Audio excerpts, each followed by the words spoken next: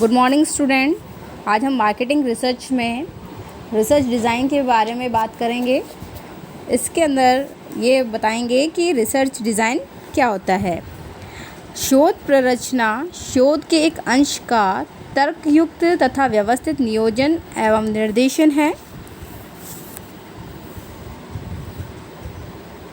शोध कार्य के उद्देश्यों को ध्यान में रखते हुए उसे एक निश्चित प्रकार के अंतर्गत लाने के लिए तथा शोध कार्य में उपस्थित होने वाली स्थितियों का सफलतापूर्वक सामना करने के लिए जो रूपरेखा बनाई जाती है उसे शोध प्ररचना कहते हैं। बायर्ड एवं वेस्टफोल ने अपनी परिभाषा में बताया है कि वैज्ञानिक रूप से किए जाने वाले प्रत्येक शोध में समंकों के संकलन का नियंत्रण करने हेतु बनाई जाने वाली रूपरेखा या विधि को ही हम शोध प्ररचना कहते हैं। इसका कार्य वांछित समंकों को प्राप्त करना तथा यह कि उनका संकलन शुद्धता और बचत के साथ किया गया है। R.L. एकॉफ ने अपनी परिभाषा में बताया है कि शोध प्ररचना का निर्माण एक प्रकार का नियोजन है, अर्थात यह उस स्थिति के उत्पन्न होने से पूर्व की निर्णय प्रक्रिया है जिसमें निर्णय को लागू किया जाता है। यह एक पूर्व कल्पित परिस्थिति को नियंत्रण में लाने की दिशा में निर्देशित जानबूझकर की गई प्रत्याशा की प्रक्रिया है।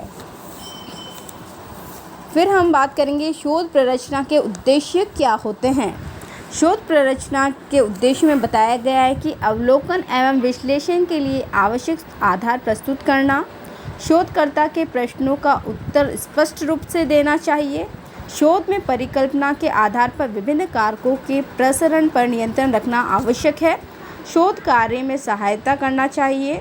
और भी अति महत्वपूर्ण बातें जो हैं वो हमें बताती है कि शोध की समस्या का स्पष्ट एवं विस्तृत ज्ञान होना चाहिए, अध्ययन के विशिष्ट उद्देश्यों की हमें स्पष्ट जानकारी होनी चाहिए कि हम किस विषय में अध्ययन कर रहे हैं, समंकों के संकलन की विभिन्न विधियों की स्पष्ट जानकारी कि हम समंकों का संकलन कौन सी विधि के द्वारा कर रहे हैं, हम जो समंक कलेक्ट कर रहे हैं वो प्राइमरी डेटा के माध्यम से कर रहे हैं या सेकेंडरी डेटा के माध्यम से। समंकों के संकलन एवं संशोधन हेतु सुव्यवस्थित योजना का उपलब्ध होना चाहिए, समंकों के विश्लेषण हेतु सुव्यवस्थित योजना बनानी चाहिए ताकि हम किसी प्रकार की कठिनाई का सामना हमें न करना पड़े। शोध प्ररचना के प्रकार।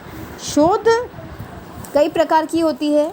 अन्वेषणात्मक बनाम औपचारिक शोध होती है, वैयक्तिक वर्सेस सांख्यिकी शोध होती है, प्रयोगशाला बनाम सिमुलेशन शोध होती है, एक बार बनाम दीर्घकालीन शोध होती है, अवलोकनात्मक बनाम सर्वे शोध होती है, प्रयोगात्मक बनाम एक्स पोस्ट फैक्टो शोध होती है, वर्णनात्मक बनाम आकस्मिक शोध प्ररचना होती है। अब हम इन्हीं सभी प्रकार के बारे में विस्तृत अध्ययन करेंगे। इसमें सबसे पहले जो है अन्वेषणात्मक बनाम औपचारिक, एक्सप्लोरेटरी वर्सेस फॉर्मल।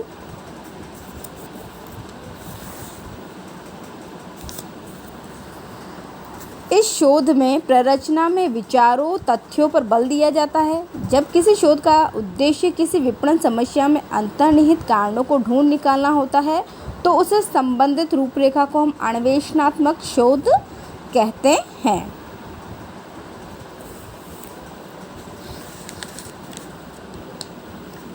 फिर वर्णनात्मक शोध। यह शोध रचना का वह प्रकार है जो समस्या की विशेषताओं का वर्णन करने से ही संबंधित होता है। इसके अंतर्गत वर्णनात्मक अध्ययन के उद्देश्य में समस्या के कौन, क्या, कब, कहाँ और कैसे का निर्धारण किया जाता है। इस प्रकार विपणन समस्या के संबंध में वास्तविक तथ्यों के आधार पर वर्णनात्मक विवरण प्रस्तुत करना ऐसी शोध प्ररचना का मुख्य उद्देश्य होता है। फिर नेक्स्ट है डायग्नोस्टिक रिसर्च डिज़ाइन, निदानात्मक शोध प्ररचना। शोध प्ररचना का यह वह प्रकार है जिसमें किसी भी समस्या के कारणों को ज्ञात करने के साथ उनके समस्या के समाधान के संबंध में भी हमें जानकारी प्राप्त करने के लिए प्रयत्न करना पड़ता है। सभी प्रकार के शोध कार्यों का उद्देश्य वास्तविक ज्ञान की प्राप्ति और उसमें अभिवृद्धि होता है। केवल निदानात्मक शोध का ही एक ऐसी व्यवस्था होती है जिसमें किसी भी विपणन समस्या के संबंध में वास्तविक कारणों को ज्ञात करने के साथ साथ उनके समाधान भी ज्ञात किए जाते हैं।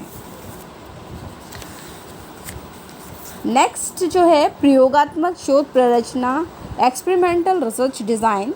यह वह शोध प्ररचना है जिसमें भी किसी समस्या के कारण, उसके प्रभाव, उसके संबंधों को जानने का प्रयास किया जाता है।